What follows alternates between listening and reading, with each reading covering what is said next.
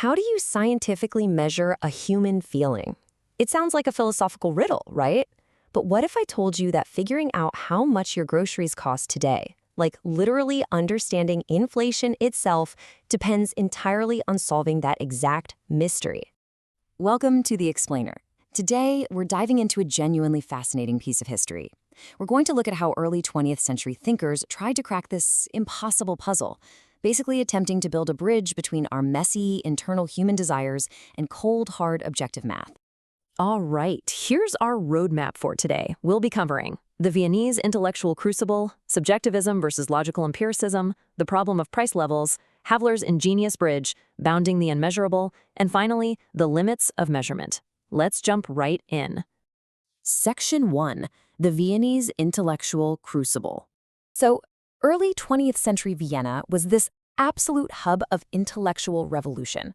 I mean, thinkers across incredibly diverse fields were all suddenly obsessed with the exact same goal. They wanted to eliminate fuzzy, unprovable metaphysics. Basically, they wanted to strip away the old assumptions and establish rigorous, scientific observation as the absolute baseline for truth. And what's really wild is how two completely distinct fields tackled this exact same problem. On one hand, you had the Vienna School of Art History, scholars like Alois Riegel, who were actively rejecting personal aesthetic taste in favor of formal, objective style analysis. And at the exact same time, you had the Vienna Circle of Philosophers trying to purge unobservable concepts from science altogether, demanding that knowledge rely only on logical and physical verification. It was like everyone was fighting a war against the subjective. Which brings us to Section 2, subjectivism versus logical empiricism. On one side of this debate, we have the Austrian School of Economics. Their core belief rested on this concept called psychic income. Now that sounds sci-fi, but it just means the internal, subjective satisfaction or pleasure you get from consuming stuff. For the Austrians, economic value isn't some physical fact out in the world. It's completely based on these unobservable, internal human feelings and desires. But then, on the complete opposite end of the spectrum, you have the logical empiricists, and they demanded operational definitions. To them, science must only rely on what can be physically observed and verified. If you can't measure it and test it publicly, well then it has absolutely no place in scientific theory.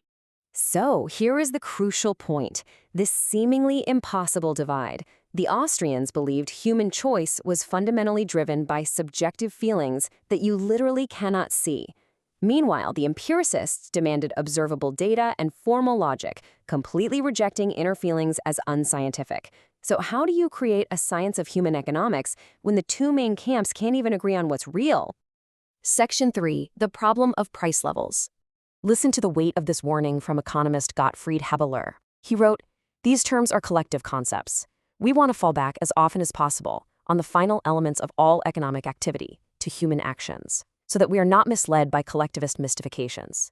Rooted in Austrian thought, he's warning us against treating abstract, aggregate numbers as if they were real physical facts. A price level isn't a physical object you can just pick up and put in a bucket. Because here is the real inflation measurement challenge we all face.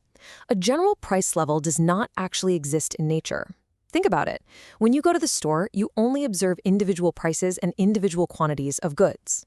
But if we want to compare your real income today to your income last year, we actually have to know your subjective human satisfaction, your psychic income. If we can't measure your inner satisfaction, how on earth do we accurately measure your purchasing power? Section 4. Haberler's ingenious bridge. Well, we can actually explore his solution thanks to a really fascinating piece of modern research. Highlighted here is an IREF working paper by Carl Friedrich Israel, which recovers Haberler's 1927 work. And it's so cool because it reveals Haberler's thesis as this unseen bridge between the highly subjective Austrian school and the strictly rigorous logical empiricists. See, Haberler knew you couldn't directly measure feelings, so he created a controlled conceptual environment where we actually can infer subjective preferences purely through observed market choices. First, he says we must assume human needs and preferences remain constant over time. Second, assume all income is spent on freely available market goods, so no saving. And finally, under these super strict conditions, we just observe the actual choices consumers make. Section 5. Bounding the unmeasurable. Setting up those strict assumptions leads directly to Haberler's massive aha moment. It's an absolutely elegant mathematical solution to the measurement problem. He brilliantly uses two traditional statistical tools, the Laspers and Pache indices. But he doesn't use them as dry statistics. He uses them to frame the exact boundaries of our unmeasurable subjective welfare. The Laspers index basically calculates what your old basket of goods costs at today's prices. Haberler mathematically proves this represents the upper bound of your subjective price level change. The Pache index, doing the reverse, represents the lower bound. Let's make this super tangible. Imagine the Laspers index says your old grocery bundle costs exactly 10% more today. Now, if your income also goes up by 10%, you are absolutely guaranteed to be able to buy that exact same bundle again. Therefore, your subjective satisfaction hasn't dropped. Now, the cost of maintaining your psychic income could have actually risen by less than 10% if you, say, substituted cheaper goods. But the math sets a firm ceiling. It couldn't have risen by more than 10%. Guys, it is essentially a philosophical magic trick.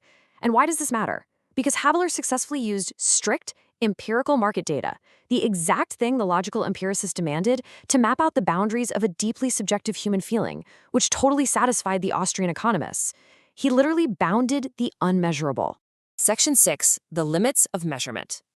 But hey, before we declare total victory for economics, we do have to look at the real-world friction. Haberler's math requires those strict assumptions we talked about, but let's be real, human preferences are rarely constant. On top of that, technological changes continually introduce new goods. I mean, how do you even compare the subjective value of a modern smartphone to a rotary dial telephone? Market choices are also frequently distorted by government interventions, subsidies or rationing, and crucial drivers of well-being, like unpaid household production, are completely ignored just because they don't have a market price. So while Haberler's internal logic is flawless, actually applying it to real-world inflation is incredibly messy. Which leaves us with this final provocative thought. If our preferences, our technologies, and our reality are constantly shifting, can any modern economic metric truly capture the reality of human experience? The next time you see an inflation number reported on the news, ask yourself, is that an objective fact or just a really clever mathematical approximation of our collective, subjective human feelings? Thanks for joining me on this explainer, and I'll catch you next time.